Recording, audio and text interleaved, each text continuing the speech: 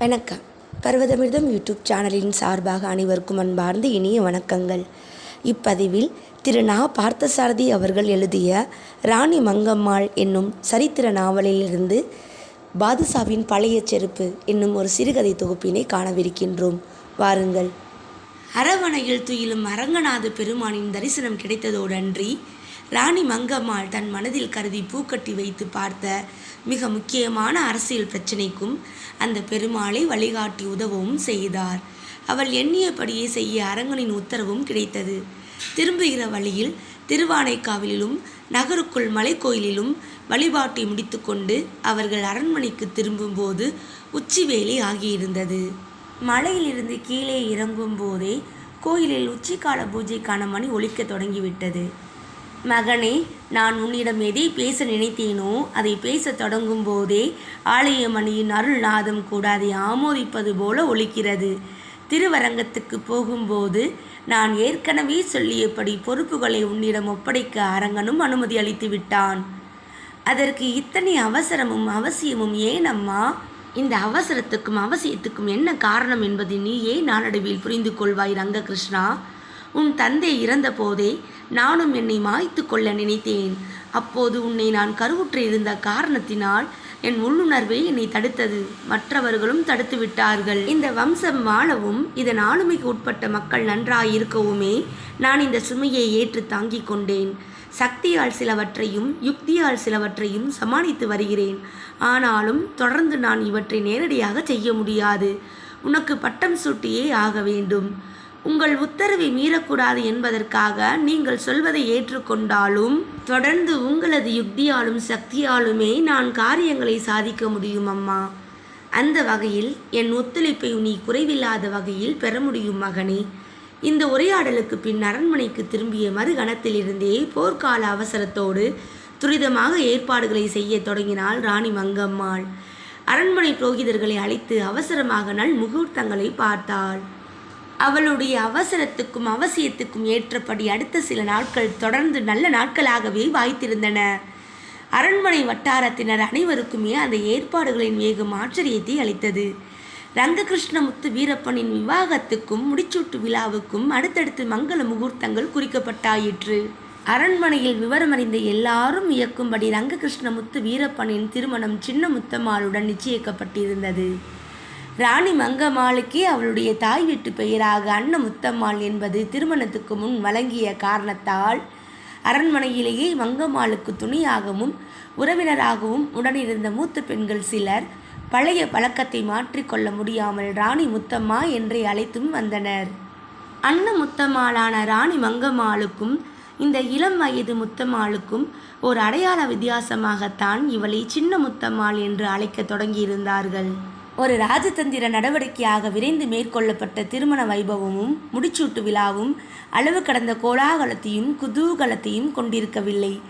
அரண்மனை சுற்றத்தையும் உறவினரையும் தவிர அந்த ஆட்சியின் ஆதிக்கத்துக்கு உட்பட்டு அங்கங்கே இருந்த படைத்தலைவர்களுக்கும் தளபதிகளுக்கும் தளவாய்களுக்கும் தலைக்கட்டுகளுக்கும் மட்டுமே அவசரமாக அழைப்பு சொல்லி வர தூதுவர்கள் விரைந்து பாயும் புறவிகள் மூலம் அனுப்பப்பட்டனர்.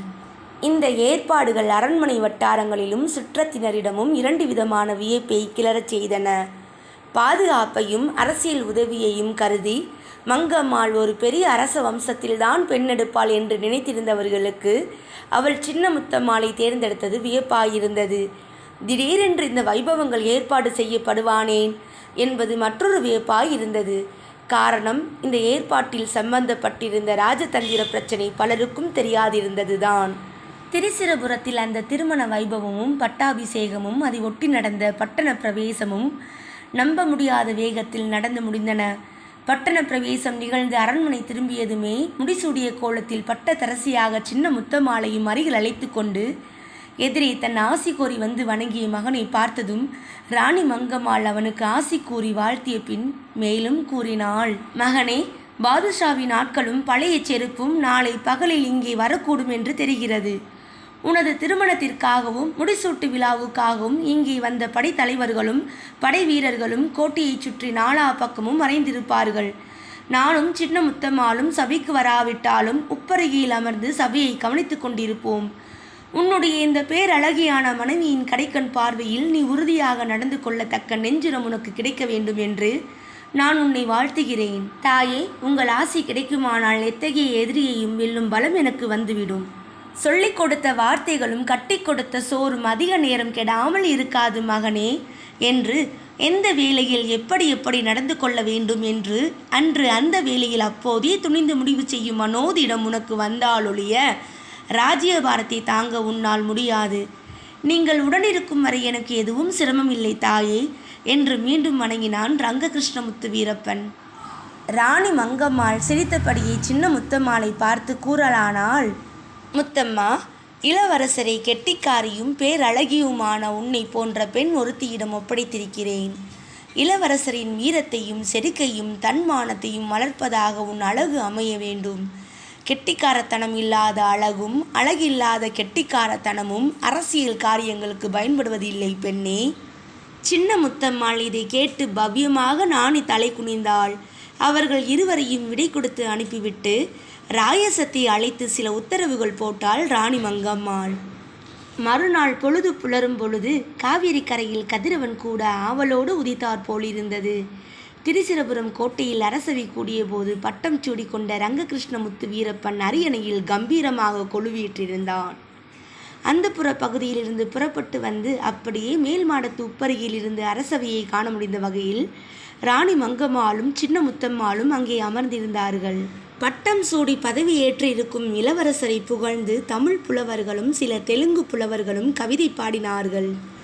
சபையும் அரசரும் கவிதைகளை ரசித்து கொண்டிருக்கும் போதே டில்லி பாதுஷாவின் பிரதிநிதியும் ஆட்களும் கோட்டை வாசலில் காத்திருக்கிறார்கள் என்று தகவல் வந்தது.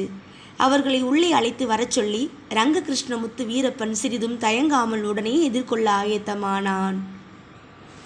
யானையை கோட்டை வாசலிலேயே நிறுத்திவிட்டு அதன் மேல் அம்பாரியில் இருந்த அவுரங்கசீப்பின் பழைய செருப்பை அலங்கார வேலைப்பாடுகள் நிறைந்த ஒரு பழுக்கா தாம்பாளத்தில் எடுத்து வைத்து கொண்டு உடன் வந்திருந்த வீரர்கள் பின்தொடர ஆடம்பரமாகவும் படோடோபமாகவும் உள்ளே நுழைந்தான் பாதுஷாவின் பிரதிநிதி.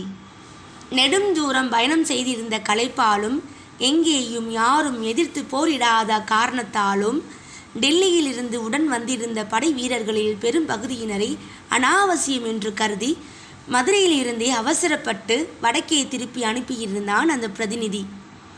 இளவரசருக்கு உடல் நலம் இல்லை, திரிசிரபுரம் திரும்புகிறார் என்று மதுரை தமுக்க மாளிகையில் இருந்து ராணி மங்கம்மாள் திண்டுக்கலுக்கு அனுப்பியிருந்த தகவல் வேறு. டில்லியிலிருந்து வந்திருந்த ராஜ பிரதிநிதியின் வேகத்தை தடுத்து போதுமான அளவு குழப்பியிருந்தது. எல்லாரும் தலைவணங்கிவிட்ட செருப்புக்கு ரங்ககிருஷ்ணமுத்து வீரப்பனும் மறுக்காமல் தலைவணங்கி விடுவான். படைபலத்தை காட்டி அவனை மிரட்ட வேண்டிய அவசியம் இராது.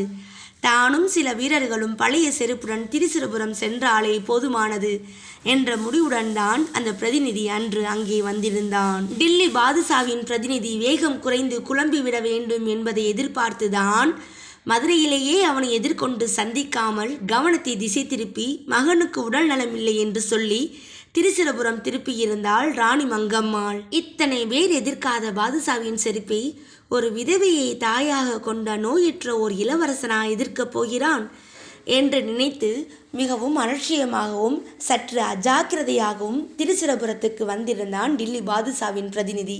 பாதுஷாவின் பிரதிநிதியை எதிர்கொண்டு வரவேற்று அவையில் அமரச் செய்தான் ரங்ககிருஷ்ணன்.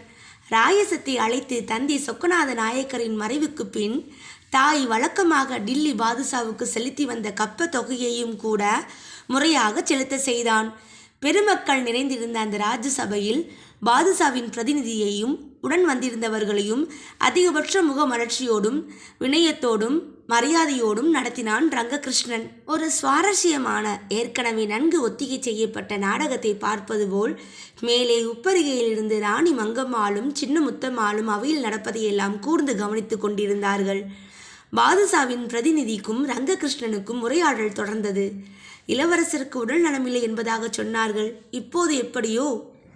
நோயும் விருந்தும் எப்போதாவது வரக்கூடியவை. இப்போது தாங்கள் வந்திருப்பதை போல. நோயாக வந்திருக்கிறேன் என்கிறீர்களா? விருந்தாக வந்திருக்கிறேன் என்கிறீர்களா? நான் விருந்தென்று எண்ணித்தான் சொன்னேன். தங்களுக்கு எப்படி தோன்றுகிறதோ அப்படி வைத்துக்கொள்வதில் எனக்கு ஆட்சேபனை இல்லை. முடிச்சூடி பட்டம் ஏற்றுக்கொண்ட பின் இளவரசருக்கு மிகவும் சாதுரியமாக பேச வருகிறது. பேச்சு மட்டும் அப்படி என்று பாதுஷாவின் மேலான பிரதிநிதி அவசரப்பட்டு ஒரு முடிவுக்கு வந்துவிடக்கூடாது. தங்கள் தாய் மகாராணி மங்கம்மாள் இப்படியெல்லாம் சாமர்த்தியமாக பேசுவதில் நிபுணர் என்று கேள்விப்பட்டிருக்கிறேன். மறுக்கவில்லை, ஒப்புக்கொள்கிறேன். ஆனால் இப்போது நீங்கள் என்னோடு தான் பேசிக்கொண்டிருக்கிறீர்கள். பாதுஷாவின் புதிய நிபந்தனை இளவரசருக்கும் மகாராணிக்கும் தெரிவிக்கப்பட்டிருக்கும் என்று நினைக்கிறேன். எப்போது நிபந்தனை புதிதோ அப்போது அதை நீங்களே வெளிப்படையாக சொல்லிவிட வேண்டியதுதானே முறை. பதில் பேசாமல் பாதுஷாவின் பிரதிநிதி தன்னுடன் வந்திருந்த வீரர்களில் ஒருவனுக்கு சைகை காட்டி அழைத்து ஏதோ கூறினான். உடனே அந்த டில்லி வீரன் பட்டு துணியிட்டு மூடியிருந்த பழுக்கா தாம்பலத்தை அப்படியே அரியணைக்கு முன்பிருந்த அலங்கார மேடையில் வைத்துவிட்டு துணியை நீக்கினான். தாம்பலத்தில் அவுரங்கசீப்பின் பழைய செருப்பு ஒன்று இருந்தது. அதை கண்டவுடன் ரங்ககிருஷ்ணனின் முகத்தில் இருந்த மலர்ச்சியும் புன்னகையும் மறைந்தன. மீசை துடிதுடித்தது. ஆனாலும் பொறுமையை இழந்து விடாமல் கேட்டான், என்ன இது? டில்லி பாதுஷாவின் பாதுகை. டில்லி பாதுஷா மற்றொரு காலுக்கு செருப்பை போட்டுக்கொள்வதில்லையா? மரியாதையாக பேச கற்றுக்கொள்ளுங்கள் இளவரசே. பாதுஷா கப்பம் வாங்குகிறவர், நீங்கள் கப்பம் கட்டுகிறவர். ஞாபகம் இருக்கட்டும். மரியாதை என்பது கொடுத்து பெற வேண்டியது, கேட்டு பெறக்கூடியது இல்லை. மறுபடியும் எச்சரிக்கிறேன். நீர் கப்பம் கட்டுகிறவர், பாதுஷா கப்பம் வாங்குகிறவர். அவர் கப்பத்தை வாங்கலாம், மானத்தை வாங்கிவிட முடியாது. டில்லி பேரரசுக்கு அடங்கி கப்பம் கட்டுகிற அனைவரும் இந்த பாதுகையை வணங்க வேண்டும் என்பது பாதுஷாவின் புதிய கட்டளை. தெய்வங்களின் திருவடிகளை தான் பாதுகை என்று சொல்வதும் வணங்குவதும் எங்கள் வழக்கம். மனிதர்களின் பழைய செருப்பை நாங்கள் பாதுகையாக நினைப்பதில்லை. இன்றைய திமிர் நாளைய விளைவை சந்திக்க வேண்டியதாகிவிடும் இளவரசே. அன்புக்கு கட்டுப்படலாம், பயமுறுத்தலுக்கு பணிய முடியாது. மீண்டும் சொல்கிறேன், தெய்வங்களின் திருவடி சுவடுகளை தலைவணங்கலாம், மனிதர்களின் கிழிந்த செருப்பை வணங்குவது பற்றி நினைக்கக்கூட முடியாது. இதுதான் உங்கள் முடிவான பதிலா? இதைவிட முடிவான பதில் தேவையானாலும் தர முடியும். இது புரியாவிட்டால் அதையும் தருகிறேன். இந்த மிரட்டல் சிறுபிள்ளைத்தனமானது இளவரசே. பெருந்தன்மையான காரியங்கள் என்னவென்றே தெரியாதவர்கள் சிறுபிள்ளைத்தனம் எது என்றும் கண்டுபிடிக்க தகுதியற்றவர்களாகிவிடுகிறார்கள். பேச்சு எல்லை மீறுகிறது. புரியவில்லையானால் செயலிலேயே காட்டிவிடுகிறேன். இதோ என்று கூறியபடியே அரியணையிலிருந்து எழுந்து ரங்ககிருஷ்ணன் அந்த பழுக்கா தாம்பலத்தில் இருந்த செருப்பை தன் காலில் எதற்கு பொருந்துமோ அதில் அணிந்து கொண்டான். பாதுஷாவின் பிரதிநிதியை கம்பீரமாக நிமிர்ந்து பார்த்து சொன்னான், இவ்வளவு பெரிய மகாராஜாவான டில்லி பாதுஷா போன்றவர்கள் கேவலம் ஒற்றை காலுக்கு மட்டுமா செருப்பு அனுப்புவது? முடிந்தால் மற்றொரு காலுக்கும் செருகிறார் போல் அனுப்பி வைக்கும்படி சொல்லுங்கள். பாதுஷாவின் பிரதிநிதி இதை கண்டு ஸ்தம்பித்து போனான். அவன் இப்படி நடக்கும் என்று எதிர்பார்க்கவே இல்லை. அவமானப்பட்டுவிட்ட உணர்விலும் ஆத்திரத்திலும் அவன் முகம் சிவந்தது. கடுமையாக ஏதோ சொல்ல விரும்பி, ஆனால் உணர்ச்சி மிகுதியில் வார்த்தைகள் வராமல் அவனுடைய உதடுகள் துடித்தன, புருவங்கள் நிறைந்தன, முகம் உயர்த்தது. இத்துடன் இச்சிறுகதை தொகுப்பு நிறைவுற்றது. நன்றி, வணக்கம்.